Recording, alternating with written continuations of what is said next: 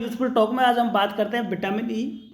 Vitamin E की कमी से क्या होता है, विटामिन ई की कमी के क्या कारण है, क्या सिम्टम है, कैसे दूर करें और तथा इसके क्या फ़ायदे हैं, इन सब के बारे में हम बात करेंगे।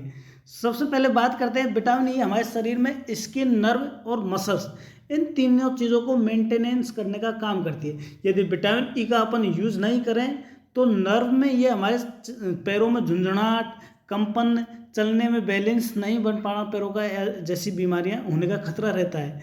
विटामिन ई के और फायदे की बात करें तो विटामिन ई एक एंटीऑक्सीडेंट विटामिन है।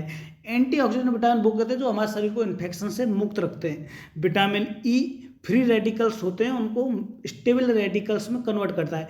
फ्री रेडिकल्स की संख्या अधिक होने पर ये हमारे शरीर में टॉक्सिन का प्रभाव डालते हैं, जिससे कम एज में अधिक एज का दिखाई देना तथा ब्लड में खून की कमी आ जाना शरीर में, ये लक्षण होते हैं। उसके बाद बात करते हैं मेंस्ट्रुएशन पेन को भी विटामिन ई कम करता है। इसके यूज करने से पेल्विक मजबूत होती है और पेल्विक मजबूत होने से मेंस्ट्रुएशन पेन में कम दर्द होता है। यदि पीरियड का पेन कम करना है तो अपन इसके लिए कीगल एक्सरसाइज करके भी हम मेंस्ट्रुएशन पीरियड को कम कर सकते हैं।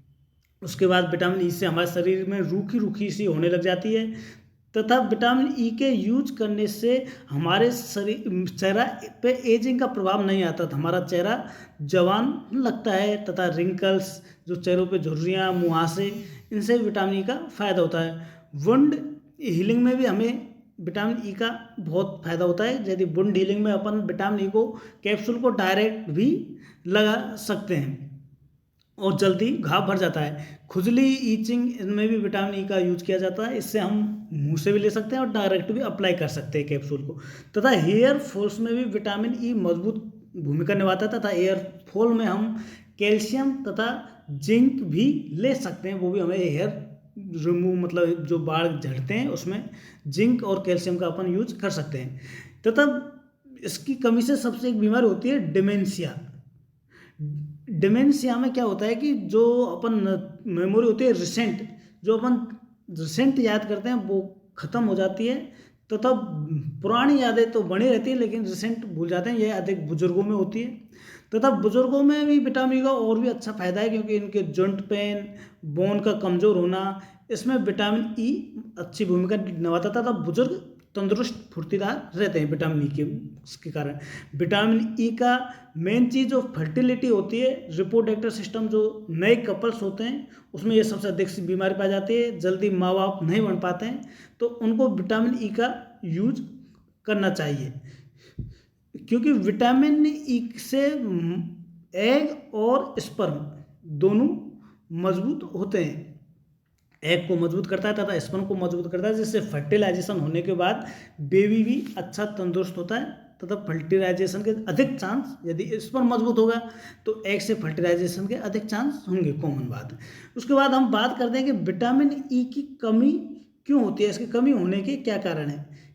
इसका पहला कमी कारण जिसमें हमें विटामिन ई मिलती है, जैसे नट्स, फ्रूट, उनको हम नहीं खा पाते तो इससे विटामिन ई की कमी आती है। विटामिन ई की मेन कमी का कारण है फास्ट फूड, तेलीय पदार्थ का अधिक यूज करना, पिज्ज़ा, बर्गर, इनका अधिक यूज करने से विटामिन ई की कमी होती है। विटामिन ई की कमी से कमज़ोर पाचन संबंधी यदि बीमारी है तो अच्छी तरह से नहीं पच पाने पर भोजन विटामिन ई की कमी हो जाती है।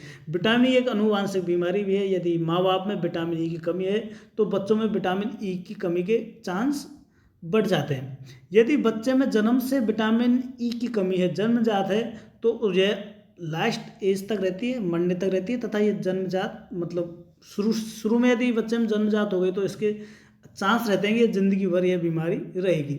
उसके बाद बात करते हैं विटामिन ई की अधिक हो जाए तो। विटामिन ई एक फैट सोलुबल विटामिन है।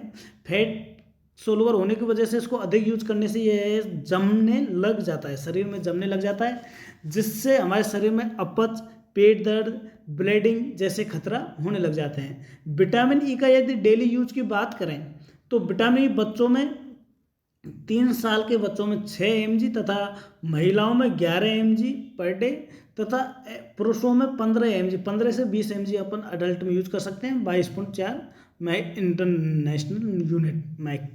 उसके बाद ये किस किस से मिलता है तो सबसे पहले ये मिलता है हमको नट्स। नट्स में हम बात करें तो काजू, बादाम, पिस्ता, मूंगफली, इनसे हमें विटामिन ई की भरपूर मात्रा में मिलता है। फ्रूट की बात करें तो पपीता को यदि हम डेली सुबह जूस के रूप में पिएं तो ये लीवर को मजबूत रखता है। लीवर में जो इन्फेक्शन है उनको मजबूत रखता है। खून में जो हमारे शरीर को नुकसान करने वाले पदार्थ हैं उनको बाहर निकालने का काम करता है। चीकू, अनानास, इन सब में यह विटामिन ई पाया जाता है। यदि फ्रूट की बात करें तो ये शिमला मिर्च, टमाटर, ब्रोकली, इनमें सब में पाया जाता है। जय हिंद, जय भारत। चैनल को लाइक, सब्सक्राइब करें और मोटिवेट करें।